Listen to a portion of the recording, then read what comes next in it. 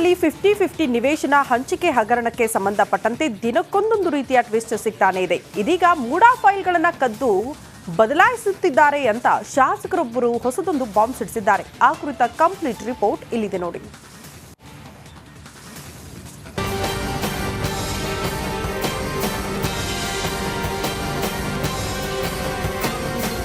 ರಾಜ್ಯ ಸರ್ಕಾರಕ್ಕೆ ಒಂದಾದ ಮೇಲೊಂದರಂತೆ ಆಘಾತಗಳು ಎದುರಾಗುತ್ತಲೇ ಇವೆ.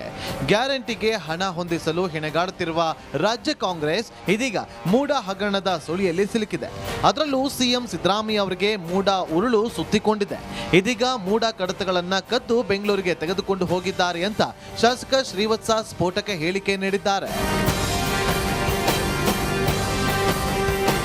ಹೌದು, ಮೂಡಾ ಕೇಸ್ ವಿಚಾರದಲ್ಲಿ ಸರ್ಕಾರದ ತನಿಖೆಯ ವಿರುದ್ಧ ಶಾಸಕ ಶ್ರೀವತ್ಸ ಗಂಭೀರ ಆರೋಪ ಮಾಡಿದ್ದಾರೆ. ಬೆಂಗಳೂರಲ್ಲಿ ಕಡತಗಳನ್ನ ಬದಲಾವಣೆ ಮಾಡ್ತಾ ಇದ್ದಾರೆ, ಕೆಲವು ದಾಖಲೆಗಳನ್ನ ಹರಿದು ಹಾಕ್ತಿದ್ದಾರೆ, ಫೈಲ್ಸ್ಗಳನ್ನ ಟ್ಯಾಂಪರ್ ಮಾಡ್ತಿದ್ದಾರೆ ಅಂತ ಗಂಭೀರವಾಗಿ ಆರೋಪಿಸಿದ್ದಾರೆ.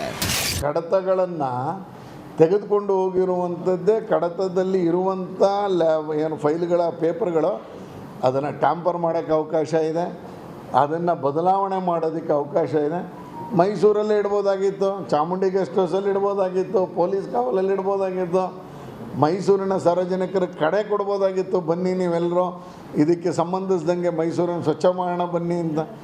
ಯಾವ ಪ್ರೋಸೆಸ್ಸು ಆಗಿಲ್ಲ. ಕದ್ದು ಮುಚ್ಚಿ ಹಾಕಿ ಹೋಗ್ತಾ ಇದ್ದಾರೆ ಅಧಿಕಾರಿಗಳು. ಕದ್ದು ಮುಚ್ಚಿ ಯಾಕೆ ದಾಖಲಾತಿಗಳನ್ನ ಪರಿಶೀಲನೆ ಮಾಡ್ತಿದ್ದಾರೆ.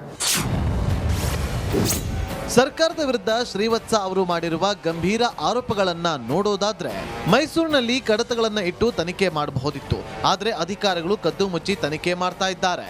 ಮೊದಲು 140 ಕಡತಗಳನ್ನ ತೆಗೆದುಕೊಂಡು ಹೋಗಿದ್ದೀವಿ ಎಂದಿದ್ರು, ಆದ್ರೆ ಈಗ 40 ಕಡತಗಳನ್ನ ಮಾತ್ರ ತಂದಿದ್ದಾರೆ ಎಂಬ ಮಾಹಿತಿ ಇದೆ. ಈ ಬಗ್ಗೆ ಸಿಎಂ ಪತ್ರಿಕಾ ಪ್ರಕಟಣೆ ಹೊರಡಿಸಬೇಕು ಅಂತ ಶ್ರೀವತ್ಸ ಆಗ್ರಹಿಸಿದ್ದಾರೆ. ಮೂಡಾ ಸೈಟು ಹಂಚಿಕೆಯಲ್ಲಿ ಹಗರಣ ವಿಚಾರಕ್ಕೆ ಸಂಬಂಧಪಟ್ಟಂತೆ ತನಿಖಾ ವರದಿಗೂ ಮುನ್ನವೇ ಸಚಿವ ಬೈರತಿ ಸುರೇಶ್ ಕ್ಲೀನ್ ಚಿಟ್ ಕೊಟ್ಟಿದ್ದಾರೆ. ಮೂಡಾ ಸೈಟು ಹಂಚಿಕೆಯಲ್ಲಿ ಹಗರಣ ನಡೆದಿಲ್ಲ, 4 ವಾರದಲ್ಲಿ ತನಿಖೆಯ ವರದಿ ಬರಲಿದೆ ಅಂತ ರಿಪಬ್ಲಿಕ್ ಕನ್ನಡಕ್ಕೆ ಹೇಳಿಕೆ ನೀಡಿದ್ದಾರೆ. ಯಾವುದು ಇಲ್ಲ, 4 ವಾರ ಟೈಮ್ ಕೊಟ್ಟಿದ್ದೀವಿ. ಸಿಎಂದು ಪಾತ್ರ ಇಲ್ಲ, ಯಾರ್ದು ಪಾತ್ರ ಇಲ್ಲ.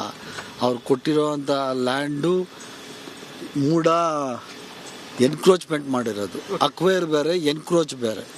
ಅವ್ರ ಗಮನಕ್ಕೆ ತರದಿರ ಸಿ.ಎಂ ಅವರ ಪತ್ನಿಯವರ ಹೆಸರಲ್ಲಿ ಇರೋಂತಹ ಜಮೀನನ್ನು ಮೂಡಾ ಎನ್ಕ್ರೋಚ್ ಮಾಡಿ ಸೈಟ್ ಮಾಡಿ ಹಂಚಿಬಿಟ್ಟಿದೆ.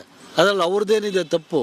ಒಟ್ನಲ್ಲಿ ಮೂಡಾ ಸೈಟು ಹಂಚಿಕೆ ಹಗರಣಕ್ಕೆ ದಿನಕ್ಕೊಂದು ಟ್ವಿಸ್ಟ್ ಪಡೆದುಕೊಳ್ತಾ ಇದೆ. ತನಿಖೆಯ ಬಳಿಕ ಸತ್ಯಾಸತ್ಯತೆ ಗೊತ್ತಾಗಲಿದೆ.